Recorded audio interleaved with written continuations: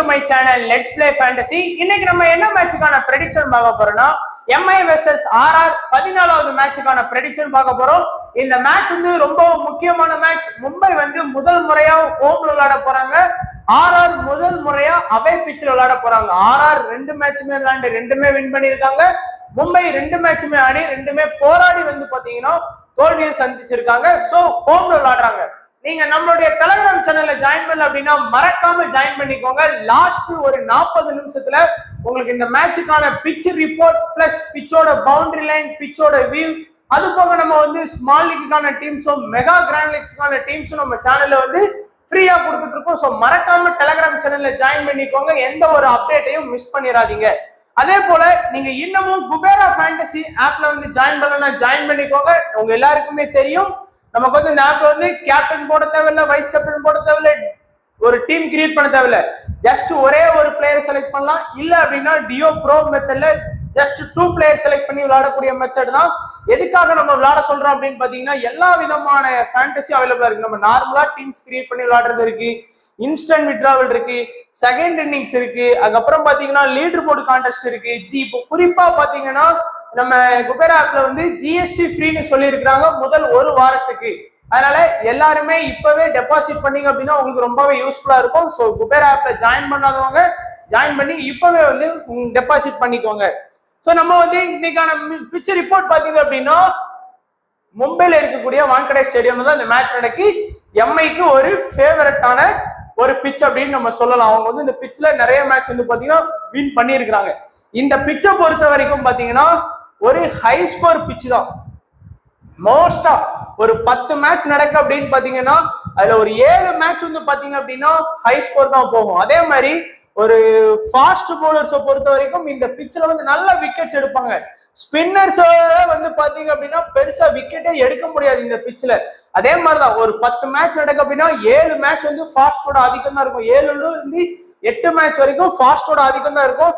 மிஞ்சி போனா ஒரு 2 மேட்ச் தான் வந்து பாத்தீங்கன்னா ஸ்பின்னரோட ஆதிக்கம் இருக்கும். நீங்க வந்து லாஸ்ட் இயர்ல எப்படி ஐபிஎல் மேட்ச் நடந்திருக்கு அப்படிங்கறத பாத்தீங்கன்னா உங்களுக்கு கண்டிப்பா பிட்ச் வந்து எப்படி யூஸ் ஆகுதுன்னு உங்களுக்கு தெரியும். ஸோ 21 மே 2023 பாத்தீங்கன்னா எஸ்ஆர்எச் வெர்சஸ் எம்ஐ, இது வந்து பாத்தீங்கன்னா ஒரு 200+ அந்த மாதிரி ஒரு மேட்ச். இங்க பாத்தீங்கன்னா ஃபாஸ்ட் தான் அதிகமா விக்கெட் எடுத்திருக்காங்க. அண்ட் செகண்ட் பேட்டிங்கும் இந்த பிட்ச்ல வந்து சாதகமா இருக்கும், அதையும் நோட் பண்ணிக்கோங்க. அண்ட் இங்கேயும் பாத்தீங்கன்னா எம்ஐ வெர்சஸ் ஜிடி, எம்ஐ வந்து 218 ரன். ஸோ இதுவும் வந்து பாத்தீங்கன்னா ஒரு 200+ ஸ்கோர். இந்த மேட்ச் வந்து அதுக்கு அப்படியே ஆப்போசிட்டா கொஞ்சம் ஸ்பின்னர் வந்து விக்கெட் எடுத்திருக்காங்க. அண்ட் ஃபர்ஸ்ட் பேட்டிங் பண்ண டீம் வந்து வின் பண்ணியிருக்கிறாங்க. இந்த மேட்ச் இங்க பொறுத்த வரைக்கும் RCB versus Mi, RCB 199 run அடிச்சா கூட அதை ஈஸியா மும்பை வந்து பாத்தீங்கன்னா சேஸ் பண்றாங்க. ஸோ 200+ங்கிறதுலாம் இந்த பிட்ச்ல வந்து கொஞ்சம் கம்மியான ஸ்கோர் தான். அண்ட் 6 விக்கெட் வித்தியாசத்துல வின் பண்ணிட்டாங்க. ஃபாஸ்ட் வந்து இது பண்ணிட்டாங்க. செகண்ட் பேட்டிங் பண்ண டீம் வந்து வின் பண்ணியிருக்கிறாங்க. இந்த இதுவும் பாருங்க, RR 212 ரன் அடிச்சாங்க. ஆனா எம்ஐ வந்து அது ஈஸியாவே ஸ்கோர் பண்ணிட்டாங்க. 4 விக்கெட் போறதுக்குள்ள வந்து பாத்தீங்கன்னா செகண்ட் பேட்டிங் பண்ண டீம் வந்து வின் பண்ணிட்டாங்க. ஃபாஸ்ட் வந்து அதிகமா விக்கெட் எடுத்திருக்கிறாங்க. அண்ட் ஸ்கோரும் பாத்தீங்கன்னா 200+. ஸோ லாஸ்ட் 4 மேட்ச் ரிசல்ட் வந்து பாத்தீங்கன்னா 4மே உங்களுக்கு வந்து பாத்தீங்கன்னா 200+ தான். நான் ஏன் இதை சொல்றேன் அப்படின்னா இன்னைக்கு மேட்ச்ல வந்து மேபி ஒரு 50% உங்களுக்கு வந்து 200+ம் வரலாம். நம்ம லாஸ்ட் இயர் எப்படி பார்த்தோம் அப்படிங்கிறத வச்சு வரலாம். ஒருவேளை நம்ம சொன்னதுக்கு அப்படி ஆப்போசிட்டா கூட ஒரு 160 இருந்து 170 இந்த மாதிரி ஸ்கோர் வரலாம். ஆனா இன்னொன்னு நோட் பண்ண வேண்டியது, இந்த சீசன்ல எல்லா டீமுமே ஆர்சிபியை தவிர்த்துங்க. ஆர்சிபியை வந்து கணக்கில் எடுத்துக்காதீங்க, ஏன்னா அவங்க மட்டும் வேற. மற்ற எல்லா டீமுமே சிஎஸ்கேயா இருக்கட்டும், கேகேஆரா இருக்கட்டும், எஸ்ஆர்எச்சா இருக்கட்டும், நம்ம வேற இன்னொரு டீம் நல்ல டீம் உண்டு. ஸோ எல்லாருமே பாத்தீங்க அப்படின்னா அவங்களோட ஹோம் பிட்ச்ல வந்து பாத்தீங்கன்னா நல்லா வின் பண்ணிருக்காங்க. ஜிடி கூட பாத்தீங்கன்னா மும்பையை அவங்க ஹோம் பிட்ச்ல வின் பண்ணியிருக்காங்க. அதே மாதிரி எம்ஐயும் வந்து பாத்தீங்கன்னா இன்னைக்கு அவங்க ஹோம் பிட்ச்ல விளையாடுறாங்க. 3வது மேட்ச் மேபி இந்த மேட்ச் வின் பண்றதுக்கான வாய்ப்பும் இருக்கு. அதனால கொஞ்சம் கவனமா பார்த்து செட் பண்ணிக்கோங்க. இதுதான் லாஸ்ட் இயர் நடந்த 4 மேட்சுக்கான ரிசல்ட். இப்போ ஓவராலா லாஸ்ட் இயர்ல எப்படி பெர்ஃபார்ம் பண்ணியிருக்கு இந்த ஸ்டேடியம் பாத்தீங்க அப்படின்னா டோட்டலா 7 மேட்ச், அதுல 2 மேட்ச் தான் பேட்டிங் ஃபர்ஸ்ட், மீதி எல்லாமே பாத்தீங்கன்னா பேட்டிங் செகண்ட் தான். ஸோ அதனாலதான் பேட்டிங் செகண்டுக்கு வந்து நல்லா இம்பார்ட்டன்ஸ் கொடுத்துக்கோங்க. 150க்குள்ள ஸ்கோரே வரல லாஸ்ட் சீசன்ல. 169க்குள்ள 2, 89க்குள்ள 2, 90+ பாத்தீங்கன்னா அப்படியே ஆப்போசிட்டா 10 இன்னிங்ஸ் ஸ்கோர் பண்ணியிருக்காங்க. ஹை ஸ்கோர் மும்பை 218, லோ ஸ்கோரே 157 தான் லாஸ்ட் சீசன்ல. சோ கவனமா பாத்துக்கோங்க.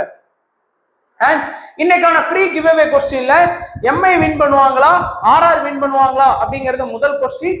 அண்ட் ரெண்டாவது எந்த பவுலர் வந்து அதிகமான விக்கெட் எடுப்பாங்க அப்படிங்கறது சொல்லுங்க. மூணாவது பாத்தீங்க அப்படின்னா யார் வந்து இன்னைக்கு மேட்ச்ல மோஸ்ட் ஃபேண்டசி பாயிண்ட் வாங்கி கொடுப்பா அப்படிங்கிறது கமெண்ட் செக்ஷன்ல கண்டிப்பா சொல்லிட்டு போயிருங்க. சோ இதுதான் நம்மளுடைய கொஸ்டின். சோ வீடியோவை வந்து மறக்காம லைக் பண்ணிக்கோங்க. நம்ம யூடியூப் சேனல் சப்ஸ்கிரைப் பண்ணலாம், சப்ஸ்கிரைப் பண்ணிக்கோங்க. இந்த 3 ஆன்சர் வந்து கரெக்டா சொல்லிட்டு போங்க. அண்ட் இப்போ வந்து ஹெட் டு ஹெட் ஸ்டாட்ஸ் பார்த்துடலாம். எம்ஐக்கும் ஆர்ஆருக்குமான ஹெட் டு ஹெட் ஸ்டாட்ஸ் பாத்தீங்கன்னா மொத்தமா வந்து பாத்தீங்கன்னா 28 மேட்ச். அதுல வந்து 15 மேட்ச் வின் பண்ணிருக்காங்க, 12 மேட்ச் தோத்துருக்காங்க. 214 அவங்களோட ஹை ஸ்கோர், லோ ஸ்கோர் வந்து 92. 28 மேட்ச்ல 12 மேட்ச் வின் பண்ணிருக்காங்க ஆர்ஆர், 15 மேட்ச் தோத்துருக்காங்க. 212 அவங்களோட ஹை ஸ்கோர், 90 வந்து அவங்களோட லோ ஸ்கோர். சோ பெருசா வந்து பாத்தீங்கன்னா ஹெட் டு ஹெட்ல வித்தியாசம் இல்ல, ஓரளவுக்கு பேலன்ஸா தான் போகுது. அண்ட் இப்போ வந்து நம்ம டைரக்டா வந்து ப்ரெடிக்ஷன் பார்த்துடலாம். பவுலர்ஸோட பேட்டில் வந்து பாத்தீங்கன்னா அவைலபிள் இல்ல. ஐ மீன் 2 பவுலர்ஸ் வந்து பாத்தீங்கன்னா பெருசா 2 டீம் உள்ள பேட்ஸ்மேன் விக்கெட் நிறைய எடுக்கலனால இது பண்ணிட்டோம். சோ ஃபர்ஸ்ட் ஆர்ஆரை பொறுத்த வரைக்கும் பட்லர் அண்ட் ஜாய்ஸ்வால் 2 பேரும் வந்து பாத்தீங்கன்னா இன்னிங்ஸ் ஓபன் பண்றாங்க. இந்த சீசனை பொறுத்த வரைக்கும் பட்லர் வந்து கொஞ்சம் அவுட் ஆஃப் ஃபார்ம்ல தான் இருக்காரு. முதல் மேட்சும் 11, ரெண்டாவது மேட்சும் பாத்தீங்கன்னா 11 ரன் தான் ஸ்கோர் பண்ணாரு. ஜாய்ஸ்வாலும் சொல்ற லெவல் கால்ல முதல் மேட்ச் வந்து 24, ரெண்டாவது மேட்ச் வந்து பாத்தீங்கன்னா ஒரு 5 ரன் தான் ஸ்கோர் பண்ணாங்க. ஆனா இந்த 2 பேருமே கொஞ்சம் நல்ல இம்பார்ட்டன்ஸ் கொடுக்கக்கூடிய பிளேயர் தான். ஏன்னா எல்லாருமே வந்து பாத்தீங்கன்னா ஸ்மால் லீக் விளையாடுறாங்க அப்படின்னா கண்டிப்பா பட்லரும் சரி ஜாய்ஸ்வாலும் சரி கண்டிப்பா எடுக்கிறதுக்கான வாய்ப்பு அதிகமாவே இருக்கும். அதையும் ஞாபகம் வச்சுக்கோங்க. அடுத்து வந்து பாத்தீங்கன்னா சஞ்சு சாம்சன் வந்து பாத்தீங்கன்னா ஓரளவுக்கு ஓகே தான். முதல் மேட்ச் வந்து 82, ரெண்டாவது மேட்ச் வந்து 15 ரன் அடிச்சாரு. பிளஸ் அந்த விக்கெட் கீப்பர் ஆப்ஷன்ல இருக்கிறதுனால அதுவும் வந்து பாத்தீங்கன்னா ஒரு மேட்சுக்கு அவருக்கு எக்ஸ்ட்ரா ஒரு 15+ பாயிண்ட் வந்து அது வந்து அவருக்கு ஒரு பூஸ்ட் பாயிண்ட் மாதிரி கிடைக்குது. அதையும் ஞாபகம் வச்சுக்கோங்க. அடுத்து ரியன் பராக பொறுத்த வரைக்கும் இந்த சீசன்ல நல்ல ஒரு ஃபார்ம் ஆடிட்டு இருக்காரு. முதல் மேட்ச் 43, ரெண்டாவது மேட்ச் வந்து 84. 2 மேட்சும் ஆர்ஆர் வின் பண்றதுக்கு பெருசா வந்து பாத்தீங்கன்னா கான்ட்ரிபியூட் பண்ணி கொடுத்தாரு. அடுத்து சிவம் ஹெட்மேயர் வந்து பாத்தீங்கன்னா மிடில் ஆடுறாரு. முதல் மேட்ச் 5 ரன், ரெண்டாவது மேட்ச் வந்து பாத்தீங்கன்னா 14 ரன் தான் ஸ்கோர் பண்ணாரு. பெருசா ஒன்னும் சொல்ற லெவலுக்கு வந்து சிவம் ஹெட்மேயர் வந்து ஆடி கொடுக்கல. அடுத்து ஜூரல் வந்து பாத்தீங்கன்னா முதல் மேட்ச் 20, ரெண்டாவது மேட்ச் 20.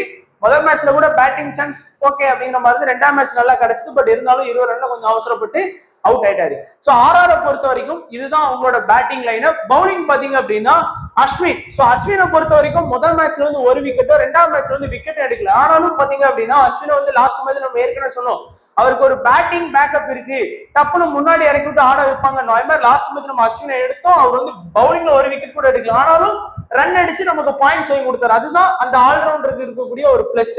அதுக்கு அடுத்து ட்ரெண்ட் போல்ட் வந்து பாத்தீங்க அப்படின்னா முதல் மேட்ச் வந்து 2 விக்கெட், ரெண்டாம் மேட்ச் வந்து 3 விக்கெட். சோ ட்ரெண்ட் போல்ட் வந்து ஆர்ஆரோட ஸ்டார்டிங்ல அட்டாக் பண்ணக்கூடிய பவுலர். 1வது ஓவர், 3வது ஓவர், 5வது ஓவர் இந்த மாதிரி ஸ்டார்டிங் பவர் பிளேல அட்டாக் பண்ணக்கூடிய ஒரு பவுலர்.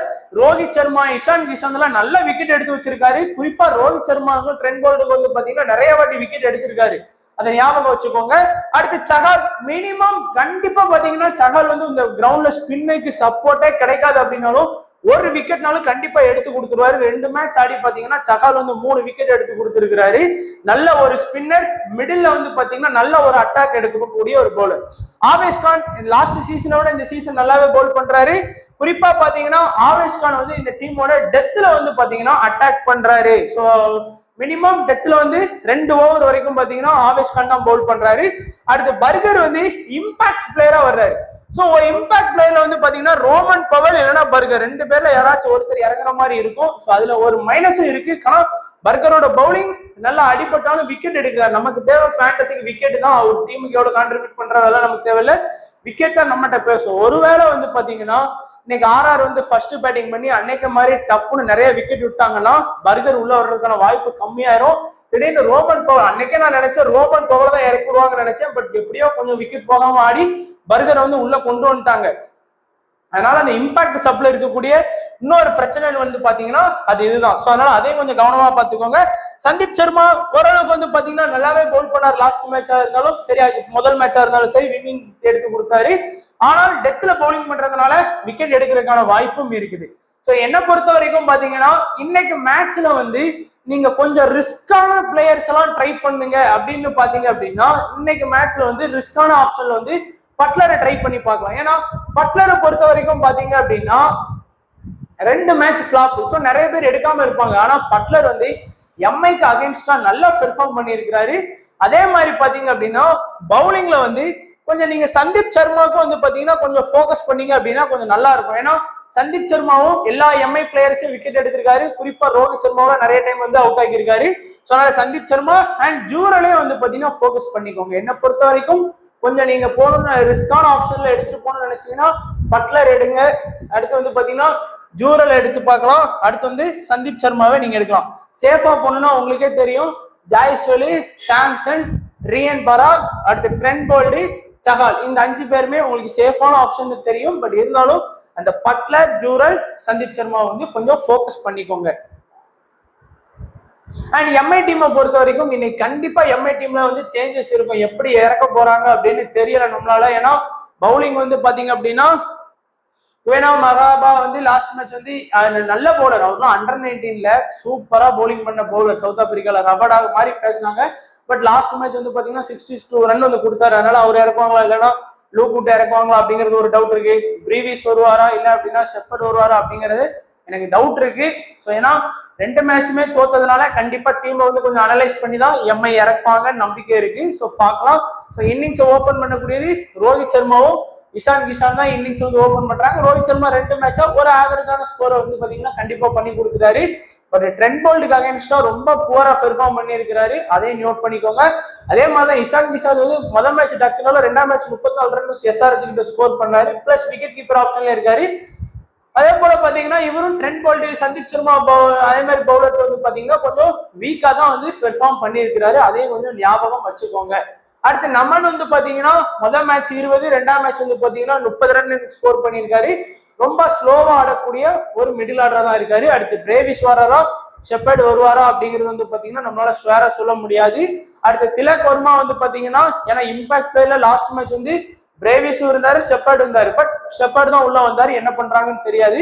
திலக் வர்மா ஏற்கனவே சொன்ன மாதிரி ஒரு ஸ்ட்ராங்கான மிடில் ஆர்டர். லாஸ்ட் மேட்ச் கூட 64 ரன் கிட்ட ஸ்கோர் பண்ணி கொடுத்தாரு. Tim David last match 42 run அடிச்சாலும் ரொம்ப ஸ்லோவா தான் ஆடுறாரு. பெருசா ஒன்றும் இதா கிடையாது. இப்போ ரீசெண்ட் ஃபார்ம் பொறுத்த வரைக்கும் பாத்தீங்கன்னா இந்த பிபிஎல்லாம் பெருசா ஒன்றும் ஆடல. பட் ஐபிஎல் முதல் மேட்ச் ஒன்றும் ஆடல. 2ஆம் மேட்ச் வந்து கொஞ்சம் 42 ரன் வந்தோடனே டப்பு டப்புன்னு ஸ்கோர் பண்ணிட்டாரு. ஹர்திக் பாண்டியா சொல்லவே வேணாம்.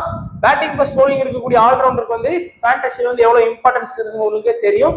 அடுத்து கோட்ஸி வந்து பாத்தீங்க அப்படின்னா அந்த டீமோட டெத்ல அட்டாக் பண்றாரு.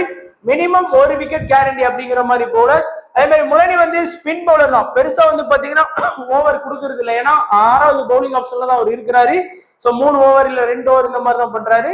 சாவ்லா கண்டிப்பா மினிமம் 1 விக்கெட் கேரண்டி அப்படிங்கிற மாதிரி பவுலர் தான். எல்லா மேட்சுமே நீங்க லாஸ்ட் சீசன்ல இருந்து எடுத்துக்கிட்டீங்கன்னா சாவ்லா தொடர்ந்து ஏதாச்சும் ஒரு மேட்ச் தான் விக்கெட் எடுக்காம போவாரு. இது எல்லா மேட்சுமே மேக்சிமம் விக்கெட் எடுத்து கொடுத்துறாரு. பும்ராவும் அந்த மாதிரி தான். லாஸ்ட் மேட்ச் விக்கெட் எடுக்கலன்னு சொல்லி இம்பார்ட்டன்ஸ் எல்லாம் கொடுக்காம இருக்கிறாங்க. லாஸ்ட் மேட்ச் எஸ்ஆர்ஹெச்க்கு அகைன்ஸ்டா 300 அடிச்சிருப்பாங்க. பும்ரா மட்டும் கொஞ்சம் நல்லா போடல அப்படின்னா 300 வந்திருக்கும். அந்த மாதிரி வந்து பும்ரா கொஞ்சம் நல்லா பவுல் பண்ணாரு அந்த டீம்ல பும்ரா மட்டும். அடுத்து லூகுட்டா இல்லைன்னு நம்ம சொன்ன மாதிரி சவுத் ஆப்பிரிக்கா பவுலர் அவர் வர போறாரான்னு தெரியல. மகாபா வர போறாரான்னு எனக்கு தெரியல. யார் இறக்க போறான்னு தெரியல. ஏன்னா லூகுட்டு இந்த மாதிரி நான் ஏற்கனவே சொன்ன மாதிரி இந்த பிஎஸ்எல், பிபிஎல், நம்ம என்னது நம்ம 100 பால் இந்த மாதிரி லீக்லாம் நல்லாவே பவுல் பண்ணாரு. பட் ஐபிஎல்ல ஒரு மேட்ச் தான் வாய்ப்பு கொடுத்தாங்க. ஒருவேளை இன்னொரு வாய்ப்பு கொடுத்தா யூஸ் பண்ணுவார் நினைக்கிறேன். ஸோ ரிஸ்கான ஆப்ஷனா வந்து பாத்தீங்கன்னா இந்த மேட்ச்ல வந்து சாவ்லாவை ட்ரை பண்ணி பாருங்க. ஏன்னா என்னதான் ஸ்பின் கிரவுண்டா இருந்தாலும் சாவ்லா மாதிரி பவுலர் வந்து மினிமம் 1 விக்கெட் எடுத்து கொடுத்துருவாங்க. அதே மாதிரி நம்மனையும் கொஞ்சம் ஃபோக்கஸ் பண்ணி பார்த்துக்குவாங்க. மற்றபடி சேஃபான பிளேயர்ஸ் உங்களுக்கே தெரியும். ரோஹித் சர்மா, இஷான் கிஷான், திலக் வர்மா, ஹார்திக் பாண்டியா, கோட்ஸி, பும்ரா இந்த 6 பேருமே சேஃப். நம்ம சொன்ன மாதிரி நம்மனையும் சாவ்லாவையும் கொஞ்சம் ஃபோக்கஸ் பண்றவங்க பண்ணி பார்த்துக்கோங்க. ஸோ இப்போ நம்மளுடைய ஸ்மால் லீக் சேஃபான டீம் பார்த்தீங்கன்னா உங்களுக்கு புரியும். ஸோ பட்லர், சஞ்சு சாம்சன், ரியன் பராக், அதுக்கடுத்து பார்த்தோம்னா சஹால், ட்ரெண்ட் போல்ட், சந்தீப் சர்மா. இதுல வந்து நம்ம வந்து ஜாய்ஸ்வலை வந்து மிஸ் பண்ணியிருக்கோம். ஸோ அது ரொம்ப பெரிய ரிஸ்க். திடீர்னு ஜாய்ஸ்வல் வந்து ஒரு 40+ ரன் ஸ்கோர் பண்ணாலும் சோலி முடிஞ்சிடும். அதனால கொஞ்சம் கவனமா ட்ரை பண்ணுங்க. ஏன் நான் பட்லர் எடுத்திருக்கேன் அப்படின்னா எம்ஐக்கு அகைன்ஸ்டா சூப்பரா பெர்ஃபார்ம் பண்ணுவாரு பட்லர் வந்து. அதனால நான் வந்து பட்லர் வந்து ட்ரை பண்ணியிருக்கேன். இல்லை அப்படின்னா சஞ்சு சாம்சனுக்கு பேரா கூட நீங்க வந்து ஜாய்ஸ்வல் வந்து பிக் பண்ணிக்கோங்க. மற்றபடி எல்லாமே சேஃபா தான் வந்து நம்ம ட்ரை பண்ணியிருக்கோம். ஆல்மோஸ்ட் வந்து பாத்தீங்கன்னா சேஃப் தான். இங்க திலக் வர்மா, ரோஹித் சர்மா, ஹர்திக் பாண்டியா, பும்ரா, கோட்ஸி அண்ட் சாவ்லாவை கூட நீங்க வந்து ப்ரிப்பேர் பண்ணிக்கலாம். சந்தீப் சர்மாக்கு பதிலாக கூட நீங்க வந்து ஃபியூஸ் சாவ்லா வந்து ட்ரை பண்ணிக்கலாம். ஸோ கேப்டன் வைஸ் கேப்டனை பொறுத்த வரைக்கும் ஹர்திக் வந்து பெஸ்ட் கேப்டனா இருப்பாரு எல்லாருக்குமே ஸ்மால் லீக் அப்படின்னாலே.